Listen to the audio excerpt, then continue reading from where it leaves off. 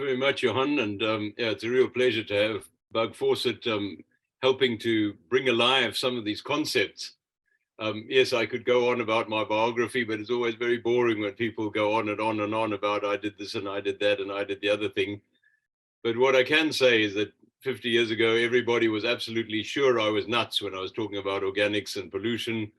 30 years ago, they were not quite sure I was nuts. And then 10 years ago, they made me a professor. And the whole story that we've been talking about in terms of climate change and pollution has now become mainstream. And everyone realizes if we want to survive on the planet, we have to change three things. The first thing is we have to take responsibility for what we consume and the waste that we generate. The second thing is as farmers, we have to farm in a way that doesn't destroy nature. If we carry on with industrial agriculture destroying nature, we are not really going to have a very sustainable time of it. My conservation friend at Nelson Mandela said, there's only one problem on the world and it's got two legs and it's not going to be around for very much longer. Well, I don't share that negative view. I think we as human beings are going to adapt, but we need to wake up and do it quickly. The third thing we need to do is we need for governments to recognize that the pollution, especially petrochemical pollution, is really causing global warming, and we have to change the way we use energy in the world. And I'll talk about that when we get to the carbon cycle.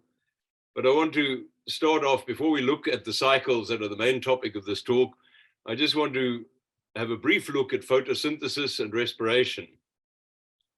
So every green plant has the miraculous capacity to store sunlight, converting the solar energy through a process of photosynthesis.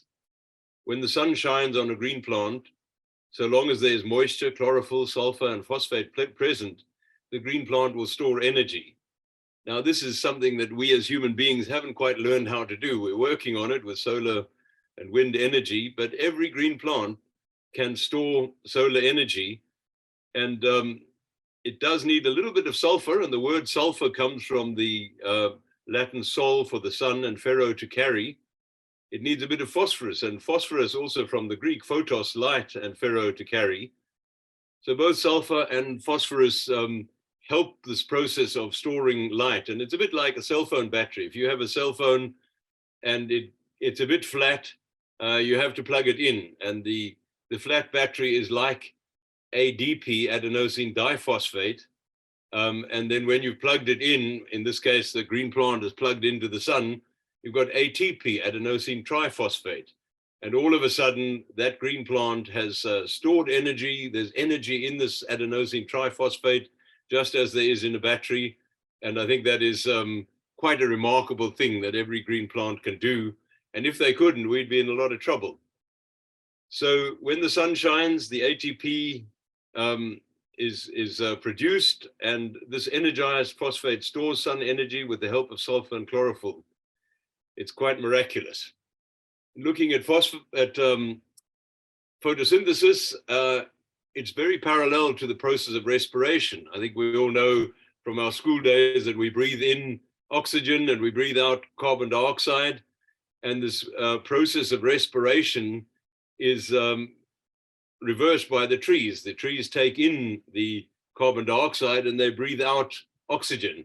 So the forests of the world are like the lungs of the earth, and they take out the carbon. So if we did not breathe out carbon dioxide, we would become fixed like trees. And you know, the rigid part of the tree is made of lignin, which is virtually pure carbon. But if you breathe into your hand, breathe out your breath, what you would have in your hand is carbon dioxide if you could hold it. But of course, it's a gas, so you can't hold it. So here is carbon and oxygen coming out of my mouth. 80% of the air around us is nitrogen, and about 20% is oxygen, a tiny bit of carbon dioxide. And if there's more than a couple of percent, we will actually die, because we can't live with high levels of carbon dioxide. And carbon monoxide, which comes from the motor car pollution, is also a very toxic gas. So it is quite remarkable that the carbon, the hydrogen, and the oxygen are gases, the hydrogen and oxygen can form together into H2O, which is water. So we can have it as a gas, we can have it as a liquid. And carbon, hydrogen, and oxygen, that's what carbohydrates are made of. So the very solid bodies that we have, the fats, and which have some lipids as well, but they are mainly, our bodies, apart from the skeletons, which have calcium, our bodies are largely made of carbon, hydrogen, and oxygen. And when we want to build muscles or we want to have proteins, we need nitrogen as well. And we need a little bit of phosphate and sulfur too, just as the photosynthesis process does. But so nitrogen, another gas, 80% of the air around us is nitrogen. And we put carbon, hydrogen, nitrogen, and oxygen, and some tiny other little bits and pieces. We have solid things like muscles. It is miraculous. So I think we should bear in mind that photosynthesis and respiration are two constant miracles that are happening all around us. And because of them, life as we know it is possible. Before the Carboniferous age, there weren't the right organisms for breaking down carbon, and we had all sorts of different kinds of life forms. But in modern times, photosynthesis, the plants grow and develop and store energy, plant roots grow in the soil. We breathe and we interbreathe with the forests. And thanks to that interbreathing, there is this healthy symbiosis. But if we destroy the forest, we're destroying our own lungs. So in the background, I want you to keep this picture of photosynthesis and respiration as two miracles that are happening every moment. Then I want to move on to the hydrological cycle, which is a very remarkable cycle. The hydrological cycle is driven by the sun. So in fact, perhaps Bug can put us a little picture of the sun on the top of the hydrological cycle, because it's something that I neglected to mention. Without the sun in the background, evaporating water from the sea, you can see a huge amount of water is evaporated from the sea. Most of it falls back down into the sea. But luckily, the winds tend to blow the clouds over the land. And so there's quite a good bit of water that comes in the form of clouds and falls onto the land. And you can see more falls onto the land than evaporates back up. And so we have this difference, 70,000 evaporating up, 110,000 cubic kilometers of rain. And of course, that does vary and varies from place to place. But that 40,000 cubic kilometers, that's what we have to live on. We have surface water, we have rivers, we have lakes, we have dams, and we have also flow of water underneath the soil, shallow groundwater and deep groundwater, and also some water getting into the rivers and then getting into the ocean. So here's the hydrological cycle. It's a wonderful global process that is happening, driven by the sun. And again, we have the kidneys of the earth purifying all this water as it comes through. One of the most wonderful things we have is wetlands, and the wetlands purify water as it goes through them. And this picture should be with us as we understand that without water, there would be no life. The plants can't grow without water. And if the hydrological cycle is interrupted, as it is from time to time with El Ninos and La Ninas, so there are all kinds of things happening to the wind circulation. But we luckily have plenty of water in the world, but we shouldn't pollute it.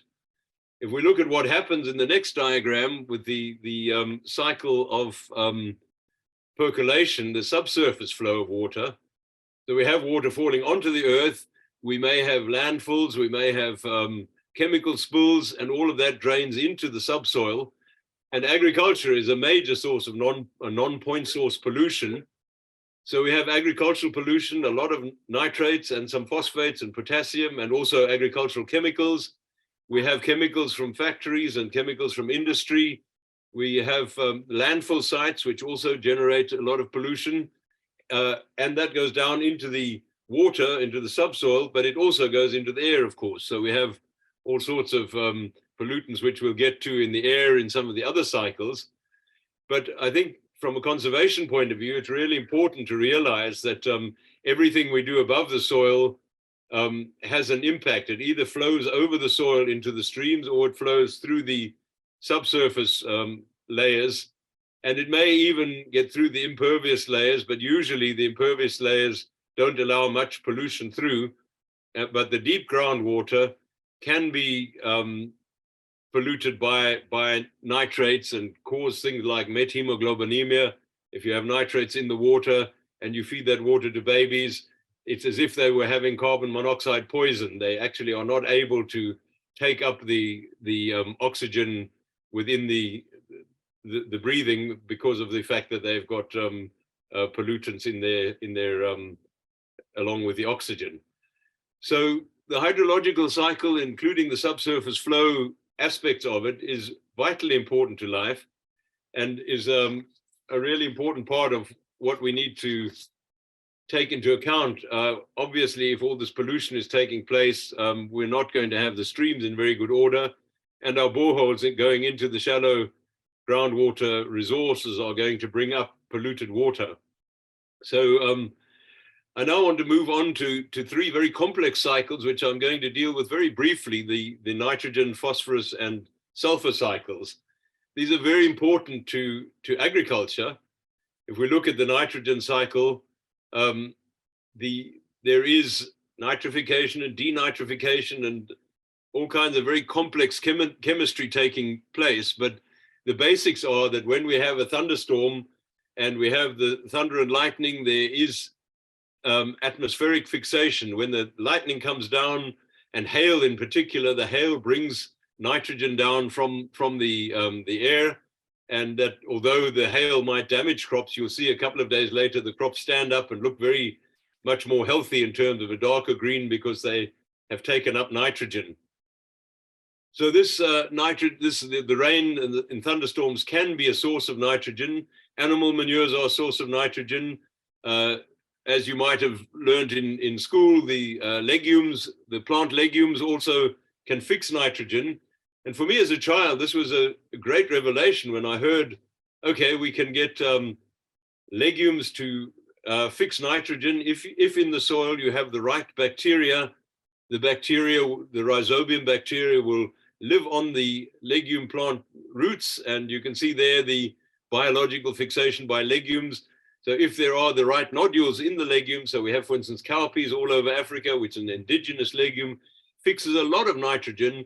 And when you cut the cowpea or harvest the cowpea, that nitrogen in the little nodules becomes available to the subsequent plant growth. So we have nitrogen from plants, we have nitrogen from animals, we have some nitrogen coming from the air. But of course, the organic nitrogen changes its form. And so while organic nitrogen is in colloidal humus, in an earthworm casting or compost, which are two forms of colloidal humus, which are wonderful, like fatty jelly-like substances. They hold the nutrients, they hold the water. In that form, the nitrogen is held in the soil available for plant roots.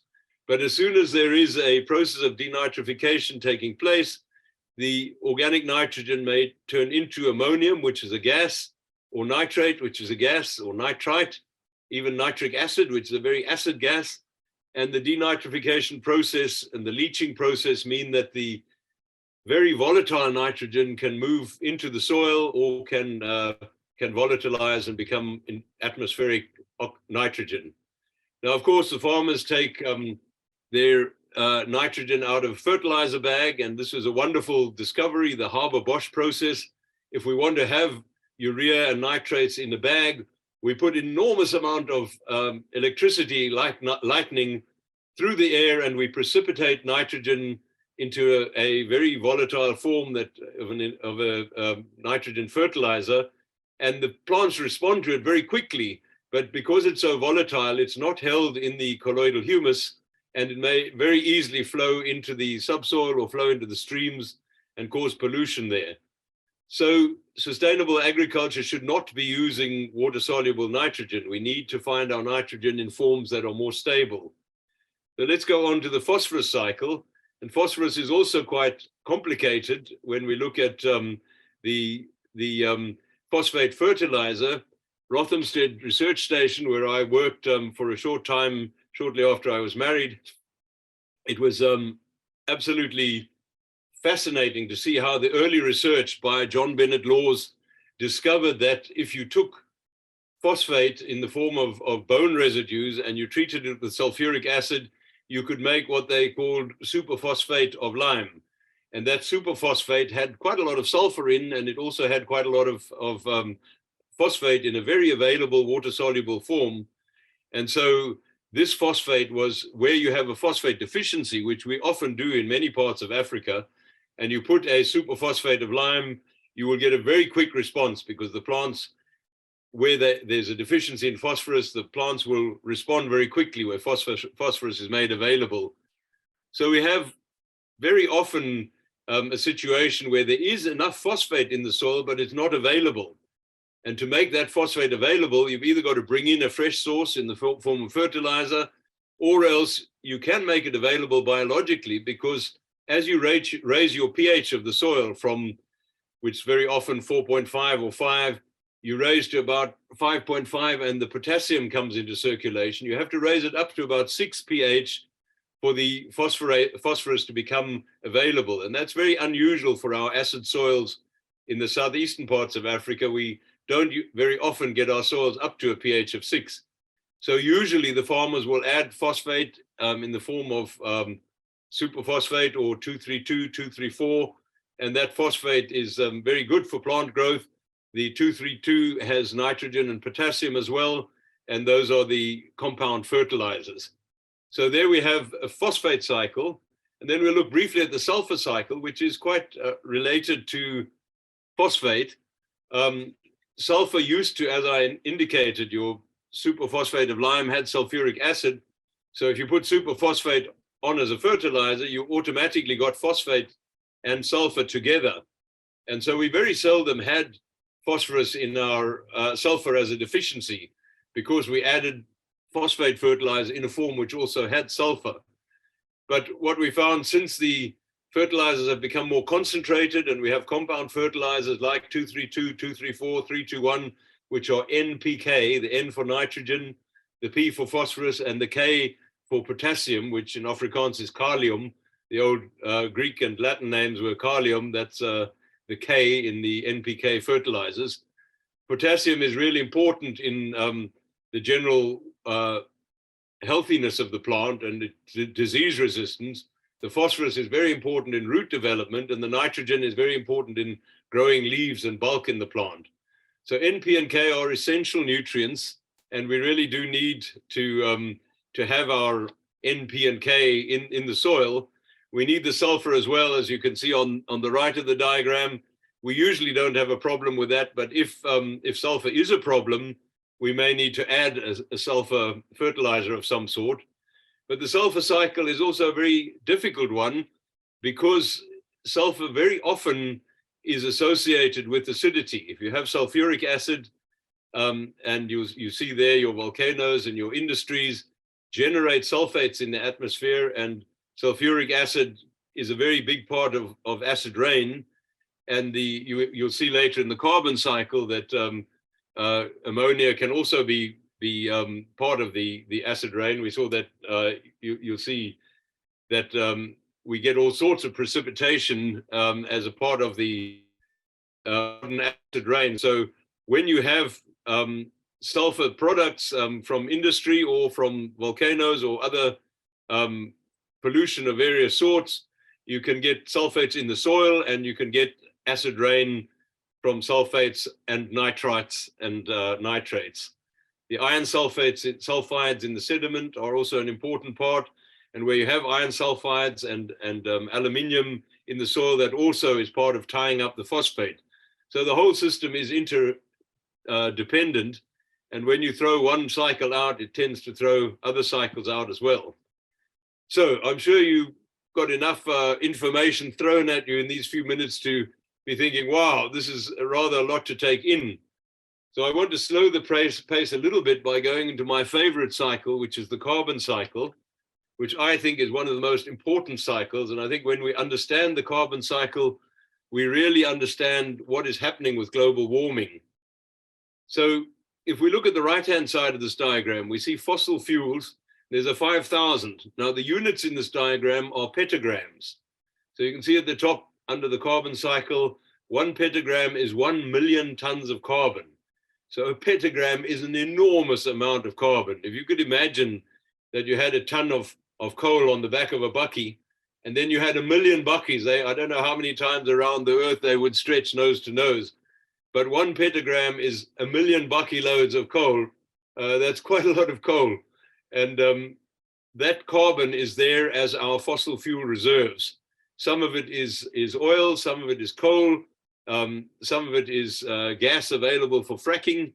And how does it get into the air? Well, the factories burn a lot of it. The cars and the airplanes burn a lot of it. So every year, 7.5 billion tons, 7.5 petagrams of carbon gets into the atmosphere. So you can see in the clouds there, they are drawn white. You could almost make them a little bit dark and blackish because there's so much carbon in those clouds that it can't even be held up in the atmosphere. It's falling into the oceans and lakes because there's 760 million tons of carbon in the atmosphere. So it's falling into the sea, and you can see every year 105 million tons of carbon fall into the air, and 102 million tons go back up into the atmosphere as CO2, carbon dioxide. So we have the air getting more and more full of carbon, and we have more and more acidic pollution into the sea, not just the carbons, but as we heard, the sulfuric and nitric parts of that as well, like ammonia and pollution from in fact, if you have animals, cattle in feedlots, you have ammonia as going up into the atmosphere, and you have a huge amount of the acid rain in Holland is coming from nitrates, nitrites, and ammonia from feedlots. So as soon as you have cattle in a confined space, they will generate a lot of ammonia and nitrates, which cause pollution. Of course, the cattle will also generate another form of carbon pollution, which is CH4 or methane. The burping and farting of the cattle does produce methane, and the landfill sites also produce methane. So this is another part of the carbon cycle, and the CFCs also. But so there's a lot of pollution there, but by far the majority of the pollution that we have in the atmosphere causing global warming comes from fossil fuels, and that's about 3/4 of it, and quite a lot of the nitrogen pollution comes from feedlots, but that's not part of the carbon cycle, obviously. But now let's look at the left-hand side of this picture. We've dealt with fossil fuels and industry and transport, but look there at the agricultural carbon cycle. In the soil, we have about 2,400 petagrams of carbon in reserve, but because of burning of forests and because of bad plowing, we are losing about 2 petagrams every year into the atmosphere. So the vegetation rots down. It puts about 60 petagrams into the soil. The tractors plowing up the soil and the burning of forests put about 62 petagrams into the atmosphere, and there's a little bit in drainage. So every year we're losing 2.5 billion tons of carbon, and that's a huge amount of carbon that is being lost there. And I just check something. Yeah, the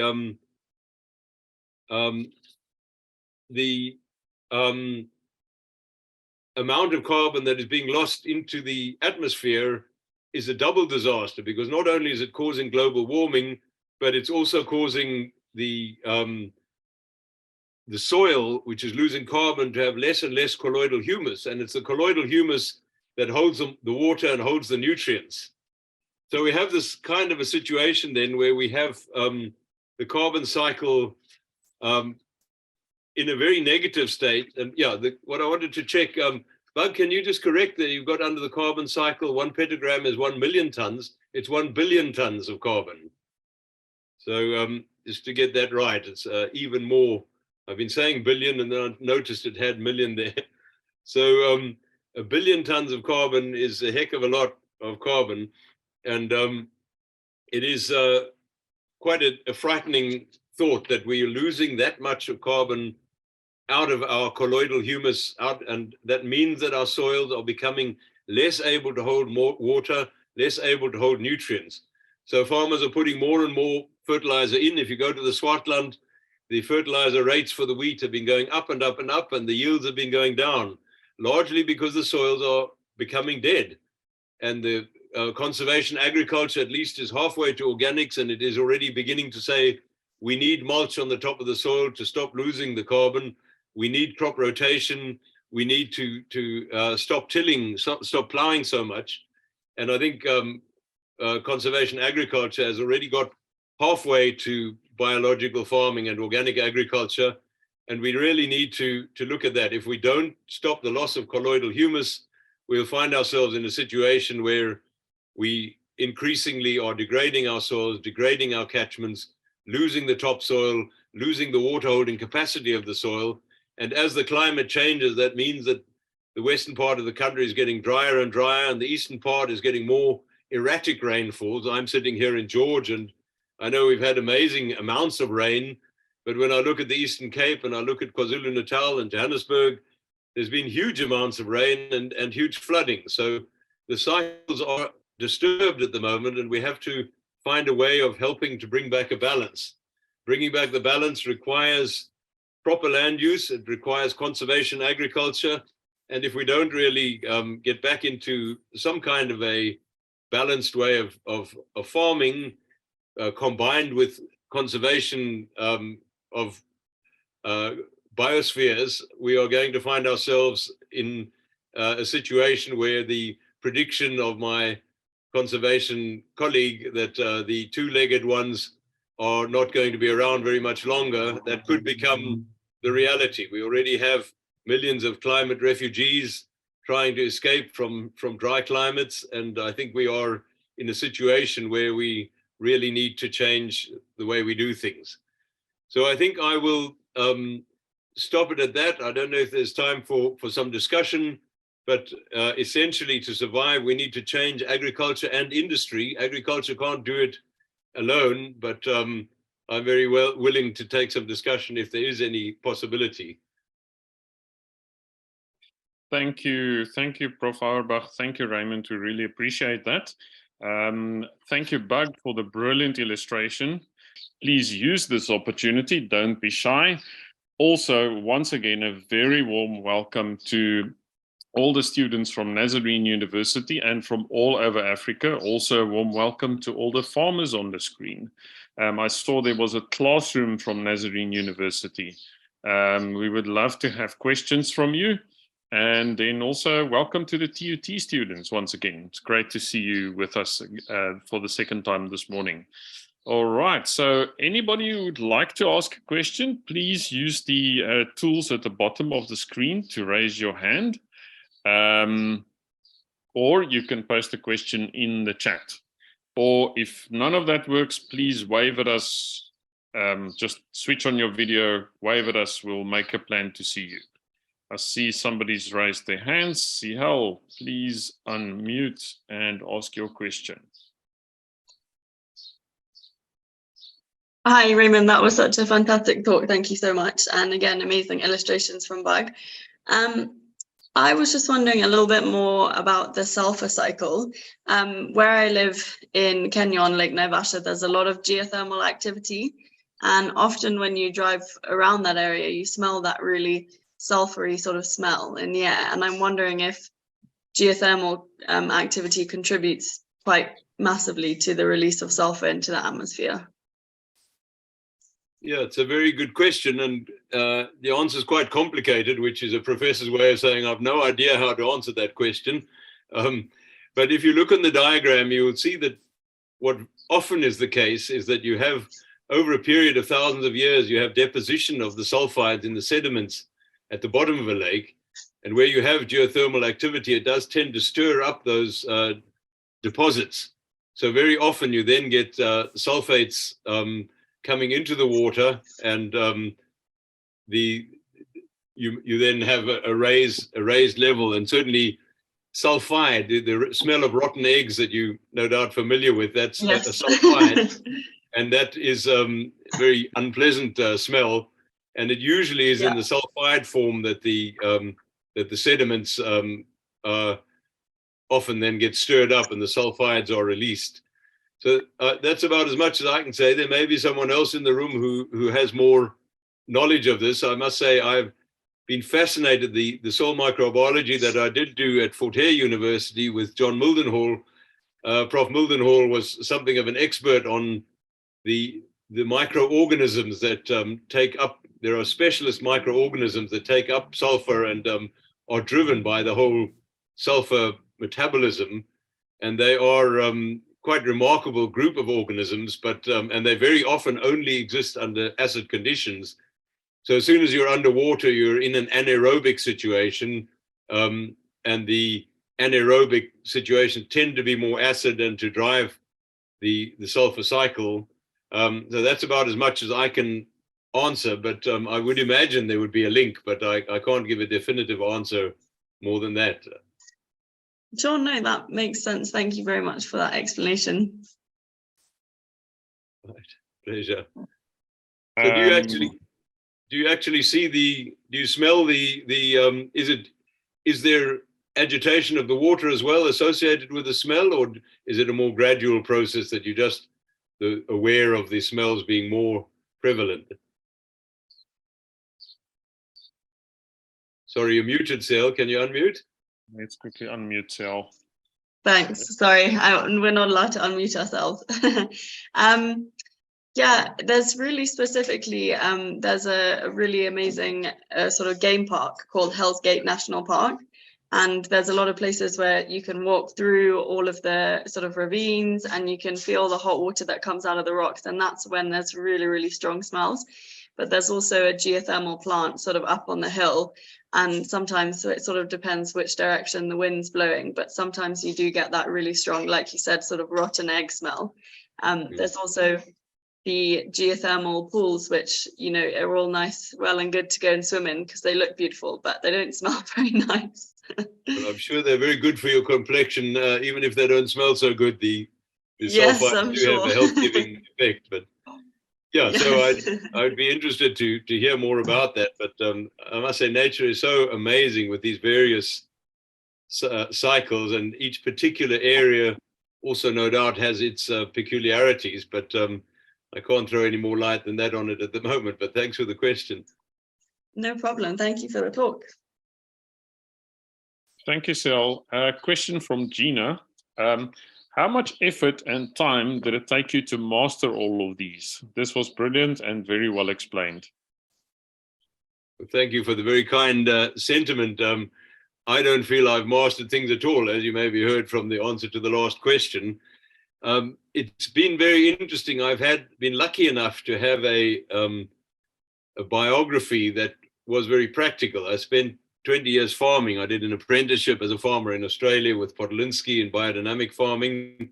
And then I farmed. And while I was farming, I did quite a lot of study. And then I joined Fort Hare University and I did a lot of non-degree purpose courses with John Mildenhall and Raymond Harry and Jean Marais and Earl Graven. So while I was senior technician in the Fort Hare University agronomy department, I was learning from some real excellent experts. And having then farmed and then done some study, I then started training farmers. And one of the things I really found is when you have to talk to practical farmers, you have to talk in a way which is really related to their experience of life. You can't come with a whole lot of theory. So I was very lucky that my initial teaching was directly to farmers, and that made me try to relate what I had to say to the lived reality of ordinary people. And that helped a lot. And then having set up my Rainman Landcare Foundation, having been bankrupted by government, not paying me for a year of work I did, I then was offered the job as a professor. I was sent an ad saying, we're looking for someone who's passionate about agroecology. And I said, that would be me. And I put my hand up and I got the job as Professor of Soil Science and Plant Production, which I did for the next 15 years. And I was able during that time then to bring together my practical understanding, my training understanding, and my get a whole lot of research going, comparing organic and conventional agriculture, the Nelson Mandela Organic Farming Systems Research Trials. and I published books about that work, and a lot of my students did their master's and doctorate under me over the last 15 years. And so that's how I got to where I am, but there certainly is not mastery of anything, but I think the biggest gift that we can be given is curiosity, and I've certainly got that in spadefuls, and so I'm always interested to learn, and yeah, all I can say to those younger students present is just keep asking questions, keep your eyes open, keep trying things out. That's how we learn. But thanks for the compliment. Definitely. Cheryl, you're welcome to ask your question. Hi, thanks, Prof. That was amazing. In all the years, with all these different cycles, even when I was a student, they were all very confusing. But today, you have made it so simple and it's clear. If the students took it all in today, they should pass their ecology tests right first time, first go. And the drawings were amazing, just made it so simple. Thank you. Well, Bug, you have got a huge skill here. Please, please, please don't ever stop doing this, because this is one way of teaching. And Prof, you just made it so simple. Thank you. Thanks, Cheryl. Thanks for the comments, and wonderful that your students took the trouble to come and join the lecture. You may still have Wim van Auerbach with you at TUT. Wim and I were together at Fort Hare University, and he's a wonderful soil scientist and also a very practical person. So, yeah, if you've got any questions that I haven't answered, Wim will no doubt be able to give you the answers. Thank you. Yeah, I see him every morning. We kind of arrive together at work. He's also an early bird, and yes, he's doing very well. Yeah, thank you. Excellent, and you're quite right. I think thanks again to Bug for the drawing that really brought it alive. She took some drawing that I gave her and turned them into works of art and education. So thanks, Bug. Fantastic. Margie, please go ahead and ask your question.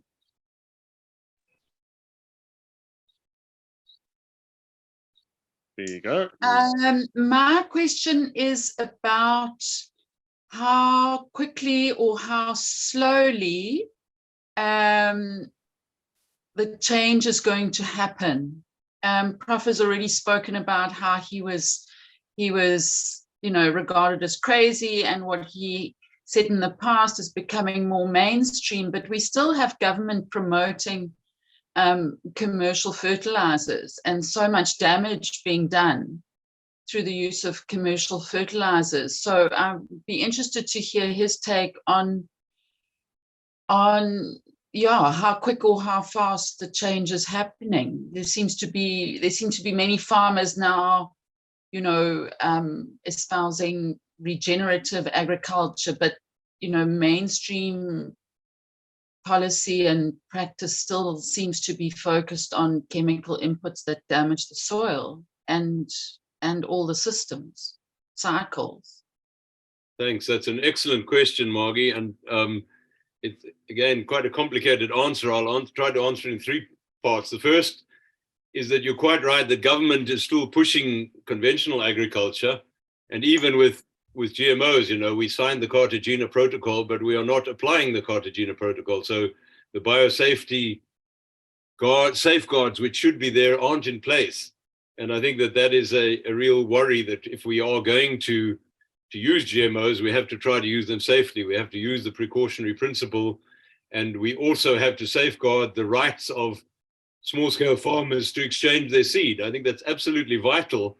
And the farmers in the past, it's part of African tradition that if I go to visit you, I bring some seeds with me, and you give me some seeds and I take them home. And in that way, we spread the germplasm, we spread the seeds, and we experiment with what works well in our area. And I've got nothing against conventional breeding or crop science. I am a crop scientist myself. But if we're not careful about the way in which we use the technologies, we can get into a lot of trouble.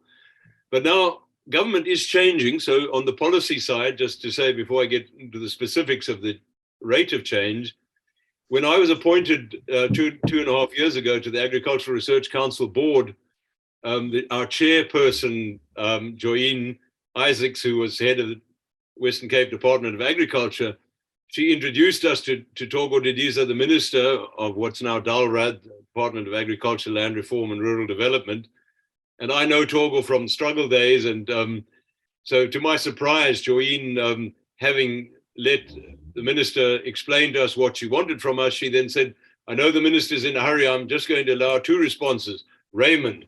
And she put me on the spot. And I said, well, Sis Togo, you know me, and you know if you put me onto a board, I will push like mad to get more attention to organic research and organic policy. And she said, that's why we put you on the board.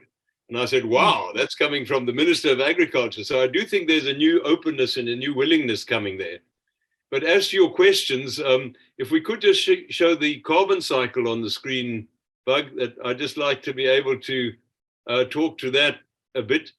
Now, when you look at the left-hand side there and the soil and the vegetation, this is an annual process that vegetation rots down and about 550 petagrams go into the soil, and then the soil holds some of that.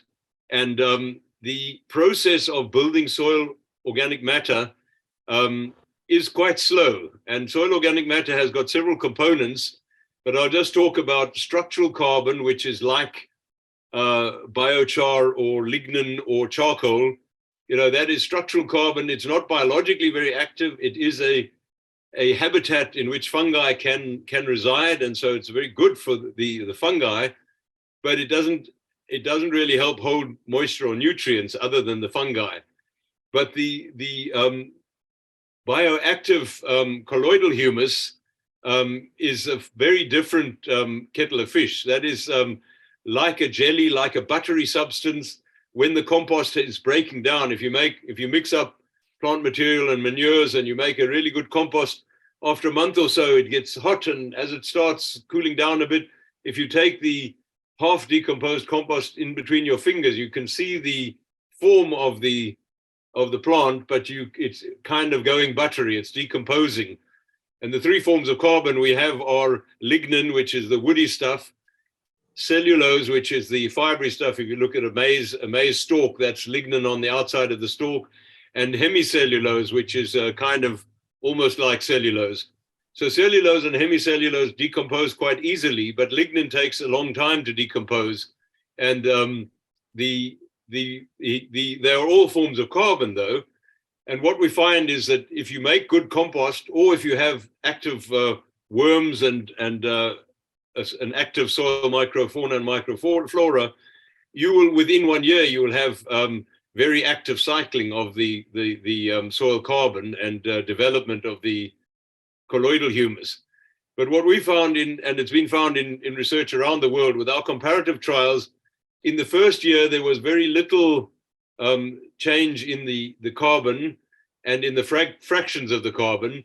But already by the second year of compost and mulch and crop rotation, already in the second year, the soils were coming alive, and there were quite a number of indicators that the soil was changing. And I then said to my second master's student, okay, you are now going to fix the soil available phosphate, because we knew that we wouldn't be able to close the yield gap until we had enough phosphate. So in the first year, we were 25% less yield in the organic. The second year, both yields went up, but the gap increased. So in the second year, the gap between organic and conventional yields was 31%, although both lots of yields were better because there was a better rainfall. And then we fixed the phosphate. We got the phosphate in the organics up to acceptable levels, and the organic out-yielded the conventional. So essentially, the conventional wisdom of researchers around the world is that it takes 2 to 3 years to get your soil alive if you know what you're doing, and if you use compost and crop rotation and mulch, and you don't plow in a damaging way. A little bit of plowing with a tine implement, a chisel plow would be all right, but don't smash it with a rotavator or moldboard plow. So I think one can say 2 to 3 years, depending on the soil will start to change, and the carbon within the soil will become different. You will find that your soil is coming alive. You can change the available phosphate almost instantly by adding superphosphate or 2,3,4 or something like that. But if you want to change the soil chemistry without wrecking the soil biology and without wrecking the soil physics, then you need to do it in a way with adding rock phosphate or something like that, which we have Langphos from the West Coast, which is a lovely, very effective organic fertilizer. It's just simply crushed rock, which is high in phosphate. It also has quite a bit of calcium in it, and so it helps the soil pH it helps you to sweeten up your soil as well. The compost also has a great buffering effect. If you use a lot of compost, it will raise the soil pH and it will buffer soil acidity. And so we have this, if you like, a kind of fourfold approach that we're getting the compost in, which gives us more nitrogen. If we get the phosphate in, we get more phosphate. Then the soil doesn't have so many limitations. At the same time, the plant roots and the careful cultivation and the rotation are giving us aerobic conditions in the soil, which means that the air is getting into the soil. And don't forget that air has got a lot of nitrogen in it.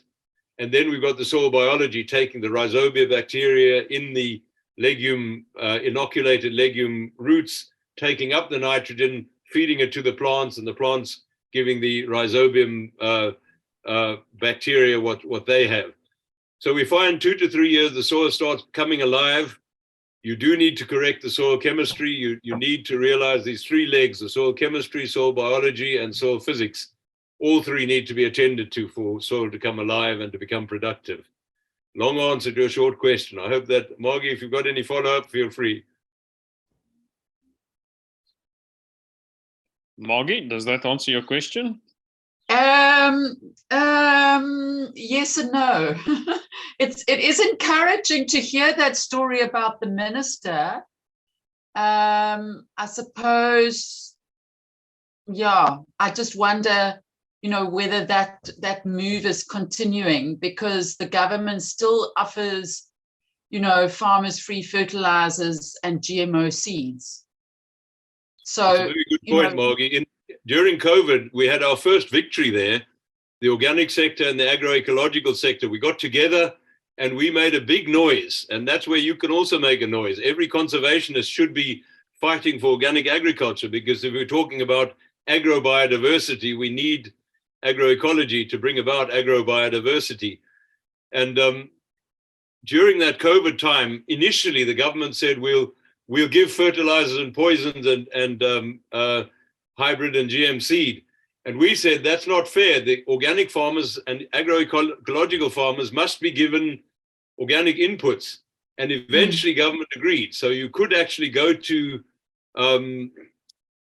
what's the name? I know the lady is Slubber, Talborn Organics. Talborn Organics is a certified organic fertilizer supply company. They produce Bounce Back and a lot of other different kind of organic fertilizers. And you could use your COVID vouchers to get that kind of fertilizer as well.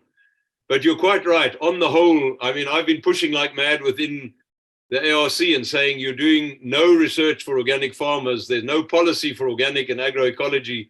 And we seem to be now gradually winning. The ARC has agreed that it will get involved with the Organic World Congress, which is happening in Africa next year in Tunisia. And so we will see already the Agricultural Research Council in the last year has done an overview trying to understand what agricultural research has been done in Africa. And I think we are seeing the beginning of a change. But it takes people like you, Margie, asking those kind of questions, and people like, we have these wonderful activists, food systems activists. So there's the group GRASS, which is looking at how are animals fed, and there are various studies that are being done by consumer organizations which are saying we want to know how this food is produced. When Woolworths advertise that their cows are on grass, are they really on grass? And there were a lot of findings there. And when people claim their stuff is organic, is it really organic? And 1 or 2 embarrassed organic farmers who had to admit that they'd done naughty things. And so it takes consumers to demand things, and it takes a lot of pushing to your member of parliament, in the papers, on the radio. And I must say, we've been very much helped by the celebrity chefs, people like Jamie Oliver, who've said, of course, you will use organic ingredients for your beautiful supper that you're making. But it's up to us. If we don't demand that our animals are looked after in a way where they could be free to go and peck or root, pigs and chickens should be able to root and to peck it for worms. If they are not able, that's a kind of cruelty. So animal welfare is part of the organic standards, and free-range poultry and grass-fed beef are much better for you, but you need to ask for them and demand for them and make a fuss. So thanks for the question. All right, Margie, thank you very much. Ishmael, please go ahead and ask your question.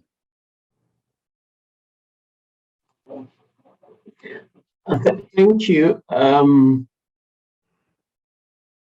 Mine is not a question, but a comment, and I think I ought to say I'm quite pleased to be part of this session because I am in a space of community development and environmental awareness, and in the current context, where we even have programs like biodiversity economy, where we need to introduce community to opportunities of harvesting from nature service for commercial and development purposes.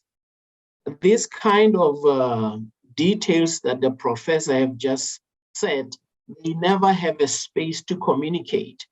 And even we in the forefront, we often do not even have a chance to really engage with our seniors and the public to say, but we need to be careful of 1, 2, 3. And I just find this quite a significant platform that maybe not just for me, but most of us who are engaged in community development.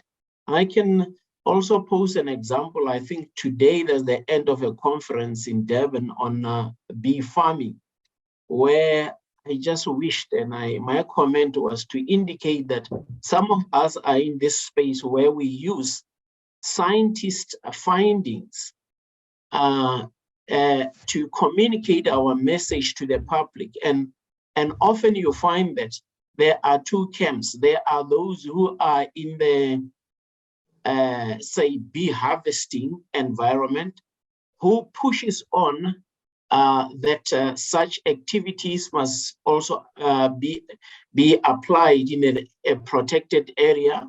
And you find that protected area management, like in this case, sun parks, have an SOP, standard operating procedure that says, no, the risk may be very high.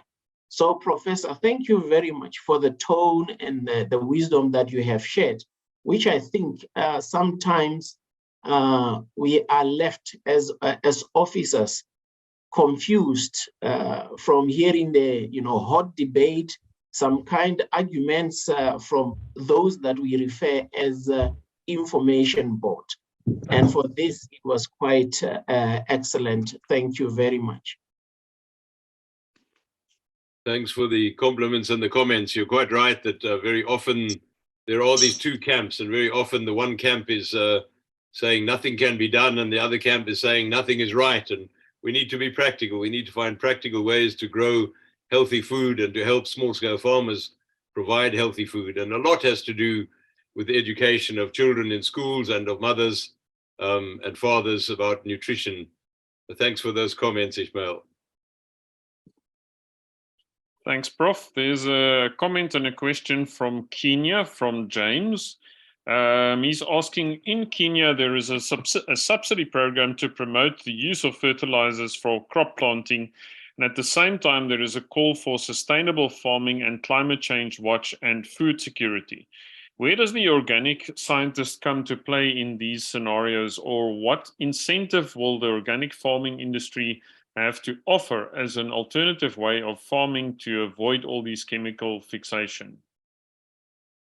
It's an excellent question, James. And, you would think that it is perfectly obvious that we want people to be healthy. And you would think after 50 years of nutritional science that, for instance, the Americas, where there's been a lot of work done on diet, you would think America would now be that much more healthy. And yet what do we see in America? Increasing obesity, increasing diabetes, increasing heart disease, increasing cancers. And it is very scary to see how bad the health of the average affluent person is. And it's certainly true to say half of this is due to lifestyle, that we're not getting enough exercise, we're not getting out into the open nearly enough, and people are just sitting down on their computers, and the old lifestyle has changed. So part of the thing is lifestyle and activity, but a big part of it is also the way that foods are processed, all the hidden sugars, all the hidden salts, and also the way that the food is grown. So there has been a lot of research. For the first time last year, Professor Denis Lairon, that's Lairon, Denis Lairon, did work in France with 140,000 people. And he's shown that in France, depending on how much organic food there is in your diet, he had 0% organic food, 20%, 40%, 50%, 70%. And yeah, you can't get 100% organic, unfortunately, at the moment, but the more organic food there was in the diet, the less there were problems with obesity, with cancer, with diabetes, and with heart disease. And so that was quite dramatic. But who benefits from this? The people who benefit from conventional agriculture are, first of all, the people who make the fertilizers. Secondly, the people who make the poisons. Thirdly, Monsanto, who does the genetically modified seed, and other seed producers. And fourthly, the doctors benefit by all the sick people. That's a little bit of, and the pharmaceutical industry. A little bit of a cynical comment, those last two, but I'm afraid there is very little incentive among the people who are making money out of health and agriculture to change to organics, because they don't sell products. In fact, they sell less products. So it is a public good, and you'll find that there's plenty of research money for developing new poisons and for developing new pharmaceutical remedies, but there's very little research money available for helping farmers to produce clean food in an organic way, and in a way which does help with climate change, climate resilience. But in point of fact, it sounds a bit cynical again, but climate change is the best thing that could have happened to organic agriculture. As I've been saying for 50 years, look, we don't want the carbon up there, we want it down in the soil. And people haven't been listening to that, and they didn't believe it. Now, all of a sudden, the scientists realize we do need the carbon down there. We don't want it up there in the air and causing a greenhouse. And so we have seen this dramatic change now, that people who are basically concerned about climate change and concerned about food security and health are beginning to say we have to change the way we do agriculture. Industrial agriculture is very productive per hectare in the short term, but it uses a huge amount of resources, and it produces food that is lower in nutrients than it was 50 years ago. And also the added salts and sugars, the hidden sugars in the corn syrup and all, the foods that we're eating are not good for our health. So we do need to change the way we produce, the way we process, and the way we live if we want to live a long life. There was a study in longevity, and it showed that there are 3 factors that are very involved in communities where people live to be 100. One of them is community itself. You need to be talking to other people. If you're all by yourself, you die of loneliness. The second one is you should be actively involved in physical activity.